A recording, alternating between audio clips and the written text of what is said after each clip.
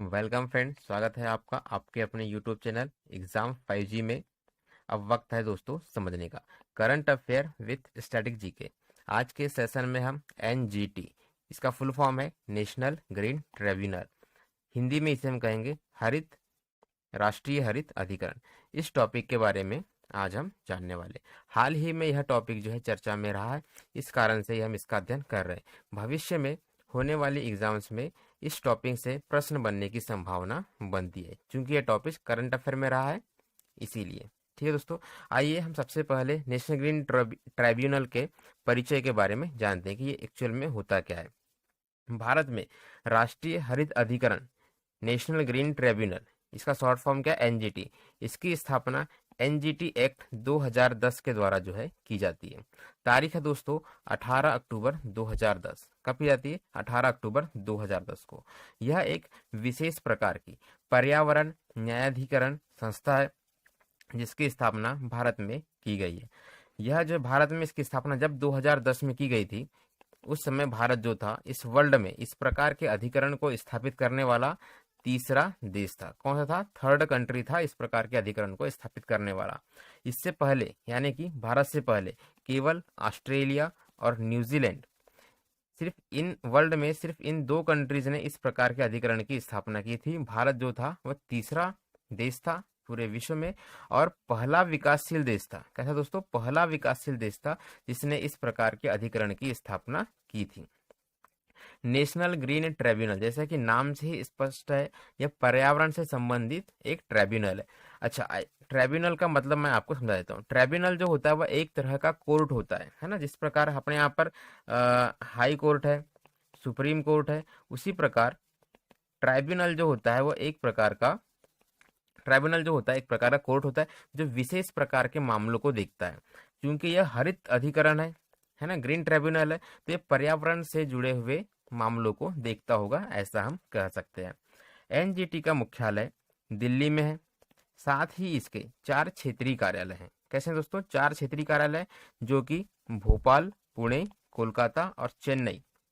कहाँ पर? भोपाल, पुणे, कोलकाता और चेन्नई में स्थित है। ध्यान रखने वाली बात यह है कि मुंबई में इसका कोई भी कार्यालय नहीं है। आपको ये बात अतिरिक्त रूप से ध्यान रखना है कि बम्बई में, महाराष्ट्र में बम्बई में इसका कोई भी कार्यालय नहीं है। बम्बई में कहाँ पर है? पुणे में है। ठीक है, तो यदि एग्जाम्स में ऐसा कोई ऑप्शन आता है जिसमें कि मुंबई ऑप्शन हो, तो वह गलत होगा। ठीक है, आगे देखते हैं। राष्ट्रीय हरित अधिकरण अधिनियम के अनुसार क्या है कि यह अनिवार्य किया गया है कि इसके पास जो भी मामले आएंगे उनका निपटारा 6 माह के भीतर कर दिया जाएगा। जैसा कि आपने देखा होगा हमारे यहाँ के कोर्ट सिस्टम में, चाहे वह डिस्ट्रिक्ट कोर्ट हो, हाई कोर्ट हो, सुप्रीम कोर्ट हो, यहाँ पर कोई भी मामला यदि जाता है तो बहुत लंबा समय तक चलता रहता है। काफी लंबे समय तक उस प्रकार के मामलों का फैसला नहीं आ पाता है। एग्जाम्पल के माध्यम से मैं आपको समझाना चाहूँ तो हम जैसे कि देख सकते हैं, एक था बाबरी मस्जिद वाला मामला, है ना, काफी दिनों बाद इसका डिसीजन आया। दूसरा हम देख सकते हैं हमारे सबसे प्यारे हीरो सलमान खान वाला मामला। ठीक है, सलमान खान वाला कौन सा? ब्लैक बक वाला मामला। इसका कोई डिसीजन नहीं आया। अरे भाई जल्दी डिसीजन दो, है ना, सजा देनी तो सजा दो, बरी करना तो बरी करो। इन्हें बार बार बुलाने का क्या मतलब है? केस को लंबा खींचने का क्या मतलब है? तो इस प्रकार जो होता है कि हमारे जो कोर्ट के सिस्टम में मामले लंबे खिंचा जाते हैं बाय डिफॉल्ट। तो एनजीटी एक ऐसा ट्राइब्यूनल है जो 6 महीने के भीतर आपके विवाद को निपटा देगा, अर्थात कि 6 माह में फैसला आ जाएगा, ये हम कह सकते हैं। आगे देखते हैं कि एनजीटी की संरचना कैसी होती है। तो एनजीटी में, नेशनल ग्रीन ट्रिब्यूनल में, है ना, उसे मैं एनजीटी कहूँगा दोस्तों आगे। ठीक है, तो आप याद रखिएगा एनजीटी कह रहा हूँ, इसका मतलब क्या? नेशनल ग्रीन ट्रिब्यूनल, राष्ट्रीय हरित अधिकरण ही है। एनजीटी में एक अध्यक्ष होगा, पहली बात। दूसरी बात, कुछ न्यायिक सदस्य होंगे और कुछ विशेषज्ञ सदस्य होंगे। कितने होंगे यह नहीं बताया गया है। ठीक है, और यह बताया गया कि कम से कम न्यायिक सदस्यों की संख्या 10 होगी और विशेषज्ञ सदस्यों की संख्या 20 होगी। और यह अपने इस पद पर 5 वर्षों के लिए आसीन रहेंगे, अर्थात इसके अध्यक्ष और सदस्यों का कार्यकाल कैसा होगा? 5 वर्षों के लिए होगा। अब अध्यक्ष की नियुक्ति कौन करेगा? तो अध्यक्ष की नियुक्ति केंद्र सरकार के द्वारा की जाती है। किसके द्वारा की जाती है दोस्तों? केंद्र सरकार के द्वारा, या इसे ही हम क्या कहते हैं, संसद के द्वारा भी हम कह सकते हैं। तो केंद्र सरकार के द्वारा इसके अध्यक्ष की नियुक्ति की जाती है। किसकी? सिर्फ और सिर्फ अध्यक्ष की नियुक्ति केंद्र सरकार के द्वारा की जाती है। कैसे? मुख्य न्यायाधीश के परामर्श से। इस बात को आप अतिरिक्त रूप से याद रखेंगे, मुख्य न्यायाधीश के परामर्श से केंद्र सरकार के द्वारा अध्यक्ष की नियुक्ति की जाती है। साथ ही इसके न्यायिक सदस्यों और विशेषज्ञ सदस्यों की नियुक्ति के लिए सरकार क्या करती है, पैनल बनाती है, एक चयन समिति बनाती है, जिसे हम पैनल कह रहे हैं, चयन समिति बनाती है। वह चयन समिति यह निर्धारित करती है कि इसमें शामिल होने वाले न्यायिक सदस्य कौन होंगे और विशेषज्ञ सदस्य जो होंगे कौन होंगे। संख्या आपको याद रखनी है, कम से कम 10 न्यायिक सदस्य और कम से कम 20 विशेषज्ञ सदस्य प्लस एक अध्यक्ष इसका होगा। ठीक है दोस्तों, स्ट्रेटेजी के में आप यह याद रखेंगे कि एनजीटी का जो प्रथम अध्यक्ष थे, है ना, फर्स्ट अध्यक्ष चेयरपर्सन जो थे वह थे लोकेश्वर सिंह फंटा।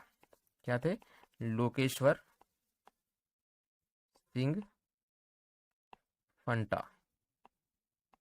ठीक है दोस्तों, यह क्या थे, पहले अध्यक्ष थे। वर्तमान में एनजीटी के अध्यक्ष हैं श्री ए के गोयल जी, ए के गोयल, जिन्हें हम आदर्श कुमार गोयल के नाम से जानते हैं। ठीक है, आगे बढ़ते हैं। अब हम देखते हैं कि एनजीटी को किस किस प्रकार की शक्तियां प्राप्त होती है। तो ये कहा गया है कि एनजीटी जैसे कि एक ट्रिब्यूनल है, न्यायिक मामलों को यह देखता है। अगर कुछ गलत हो रहा है पर्यावरण के साथ, तो पर्यावरण से संबंधित वे सभी मामले जो प्रत्यक्ष रूप से या अप्रत्यक्ष रूप से जिनमें पर्यावरण का इन्वॉल्वमेंट होता है, जिन कार्यों के द्वारा पर्यावरण का नुकसान होता है, ऐसे जो मामले कोर्ट में आना चाहिए वो अब कहाँ दिए जाते हैं, वो अब एनजीटी में दिए जाते हैं। क्योंकि एनजीटी क्या करता है, 6 मंथ में आपको फैसला दे देता है कि वह सही है या गलत है। ठीक है दोस्तों, तो इसका न्यायिक क्षेत्र जो है वह बहुत ही बड़ा है। ठीक है, यह एक वैधानिक निकाय है, अर्थात कानून के द्वारा बनाया गया निकाय है। जैसे मैंने आपको स्टार्टिंग में बताया था कि यह क्या है, एनजीटी एक्ट 2010 के तहत बनाया गया, एक्ट के द्वारा यह बनाया गया। तो यह उन मामलों की जो इसके पास आते हैं उनकी यह सुनवाई कर सकता है। ठीक है, पहली बात, मामलों क्या करेगा, यह सुनवाई करेगा। और नागरिक प्रक्रिया संहिता, कोड ऑफ सिविल प्रोसीजर जो 1908 है, इसको फॉलो करने के लिए यह बाध्य नहीं है ना, इसको फॉलो करने के लिए यह बाध्य नहीं है, यह बात आप याद रखेंगे। किस किस प्रकार से कार्य करता है, मामलों की सुनवाई कैसे करता है, वो अब हम देखेंगे। तो जो भी पीड़ित होते हैं, जो मामले को लेकर आते हैं, या तो वह उनको क्षतिपूर्ति प्रदान कर सकता है, या जो उनकी क्षति हुई है, जो चीज टूट गई है, उसका पुनर्निर्माण या उसकी पूर्ति यह कर सकता है। जैसे किसी का घर, यदि एग्जाम्पल के लिए बता रहा हूँ कि जैसे किसी का घर गिर गया है ना, तो या तो आप उसको घर बनवा कर दे दो, क्या कर दो, आप उसको घर बनवा कर दे दो, या तो उसे घर बनवाने के लिए पैसे दे दो। तो वही काम, या तो क्षतिपूर्ति प्रदान करेगा पर्यावरण को जो क्षति हुई है उसकी, या जो क्षति हुई है उसकी भरपाई यह स्वयं करके देता है। इसके द्वारा दिए गए आदेश, यानी कि एनजीटी के द्वारा दिए गए आदेश न्यायालय के आदेश के समान ही पावर रखते हैं, न्यायालय के आदेश के समान ही होते हैं। ठीक है दोस्तों, लेकिन न्यायालय के समान इसे पूर्णतः शक्तियां प्राप्त नहीं है। जैसे कि एनजीटी जो है किसी अपने पास आने वाले मामलों में सिर्फ 3 वर्षों तक की ही सजा दे सकता है। यदि मैं जुर्माने की बात करूं तो सिर्फ 10 करोड़ तक का जुर्माना ही यह लगा सकता है, या फिर दोनों साथ में दे सकता है। इस प्रकार के दंड यह दे सकता है। अच्छा, जैसे आपने देखा होगा कि अगर हाई कोर्ट में कोई फैसला दिया जाता है तो इसे हम सुप्रीम कोर्ट में चैलेंज कर सकते हैं, है ना, कि यह फैसला हाई कोर्ट के द्वारा दिया गया गलत है या सही है। तो इसी प्रकार एनजीटी जो फैसले देता है उसे 90 दिनों के भीतर, ये टाइम लाइन है दोस्तों, है ना, कि 90 दिनों के भीतर जो है सीधे सुप्रीम कोर्ट में, सर्वोच्च न्यायालय में, हाई कोर्ट में नहीं, सीधे सर्वोच्च न्यायालय में 90 दिन के भीतर अपील की जा सकती है। 90 दिन के बाद यदि आप अपील करते हैं तो उनकी सुनवाई नहीं होगी। ठीक है दोस्तों, अब हम देखते हैं कि जो एनजीटी है पर्यावरण से संबंधित कानूनों के तहत नागरिक मामलों की सुनवाई किन किन अधिनियमों के अंतर्गत करता है। तो यह 6 प्रकार के अधिनियम है, इन 6 को आपको विशेष रूप से याद नहीं रखना है, आपको सिर्फ 3-4 अधिनियम ही इसमें याद रखने हैं, है ना। सिर्फ आप इसे नॉलेज के लिए पढ़ लीजिए, इसे रटना नहीं है। जैसे कि जल प्रदूषण निवारण और नियंत्रण अधिनियम 1974, जल प्रदूषण निवारण और नियंत्रण उपकर अधिनियम 1977, वन संरक्षण अधिनियम 1980, वायु प्रदूषण निवारण और नियंत्रण अधिनियम 1981, पर्यावरण संरक्षण अधिनियम 1986 और जैव विविधता अधिनियम 2002। तो इन उपरोक्त अधिनियम जो बने हुए हैं, इनमें जो कानून दिए गए हैं, है ना, तो यहाँ से यह अपनी शक्तियां लेता है तथा इसके तहत किसी भी निर्णय को या किसी भी कार्य को एनजीटी के समक्ष चुनौती दी जा सकती है। अगर ये मैं एग्जाम्पल से आपको मामला समझाऊं, तो जैसे मान लेते हैं कि आप किसी गांव में रहते हैं, गांव के पास से एक क्या निकलती है, नदी निकलती है दोस्तों, क्या निकलती है, नदी निकलती है। अब किसी को यहाँ पर एक फैक्ट्री लगानी है, यहाँ पर क्या लगानी, किसी को फैक्ट्री लगानी। तो फैक्ट्री लगाने के लिए वो पॉल्यूशन बोर्ड वगैरह से जो भी गवर्नमेंट से अप्रूवल लेकर आना चाहिए वो तो लेकर आ जाएगा और फैक्ट्री का निर्माण कार्य यहाँ चालू कर देगा।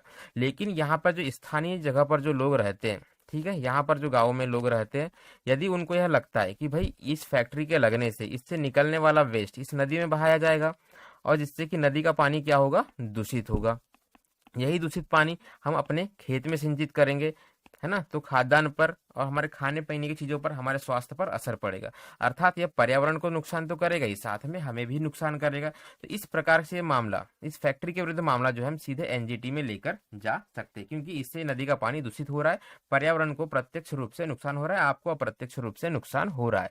तो इस प्रकार एग्जाम्पल बताया मैंने, ठीक है। तो इस प्रकार के मामले एनजीटी के समक्ष लिए जाए जाते हैं, 6 महीने में, 6 मंथ में इनका फैसला आ जाता है। तो इस प्रकार के मामलों को चुनौती जो है एनजीटी में दी जा सकती है। और ये मामला इनमें से जिस भी अधिनियम के अंतर्गत फंसेगा, है ना, चाहे जल के प्रदूषण का मामला हो, वायु के प्रदूषण का मामला हो, वन के प्रदूषण का मामला हो, पर्यावरण के प्रदूषण का मामला हो, जैव विविधता वो किसी भी प्रकार से हानि हो, इस मामला हो, तो इस प्रकार के इन अधिनियमों के तहत जो है ये फैसला करता है, ठीक है।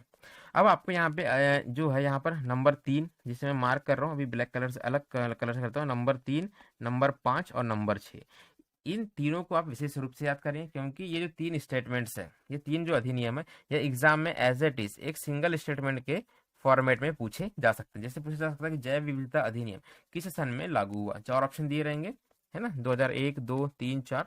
तो इस तरह से आप इसे याद कर सकते हैं। 2002 जो होगा उस कंडीशन में इसका सही जवाब हो जाएगा। तो ये वे कार्य हैं जो एनजीटी करता है। अब ये तो आपको याद करना ही है, साथ में विशेष रूप से आपको याद करना है कौन से कार्य नहीं करता है। तो 2 महत्वपूर्ण अधिनियमों के तहत यह सुनवाई नहीं कर सकता है, ये इसके एनजीटी के अधिकार क्षेत्र से बाहर रखे गए। उनमें से पहला है वन्य जीव संरक्षण अधिनियम 1972। ठीक है दोस्तों, पहला क्या है, वन्य जीव संरक्षण अधिनियम 1972, जिसके अंदर इस अधिनियम के अंदर क्या आते हैं, जैसे कि आपका मान लेते हैं कोई नेशनल पार्क है ना, इसको हानि से संबंधित कोई मामला है तो वो यह नहीं दिखेगा, एनजीटी में इसको चुनौती नहीं दे सकती, एनजीटी में इस प्रकार के मामले ले जाए नहीं जा सकेंगे। दूसरी बात, अनुसूचित जाति एवं अन्य पारंपरिक वन निवासी अधिनियम, जो जंगल के अंदर लोग रहते हैं, यदि उन्हें विस्थापित करने का कोई मामला है ना, तो इस प्रकार के मामले जो है एनजीटी में नहीं ले जाते हैं। इस प्रकार के मामलों को एनजीटी के अधिकार क्षेत्र से बाहर रखा गया। तो ये 2 विशेष मामले हैं, इसे आप अतिरिक्त रूप से और विशेष रूप से याद रखेंगे, क्योंकि ये नहीं आते।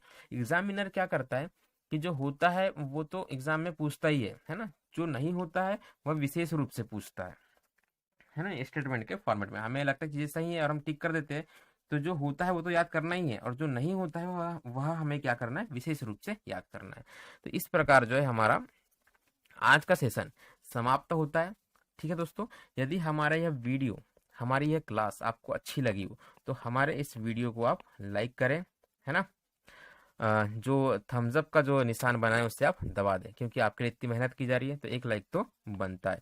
यदि यह आपको नॉलेजेबल लगा हो, यह वीडियो आपको कुछ नया सीखने को मिला हो, तो हमारे इस वीडियो को आप शेयर करें अपने दोस्तों के साथ में, ताकि वे भी इस वीडियो का लाभ ले सकें, है ना, इस क्लास का लाभ ले सकें।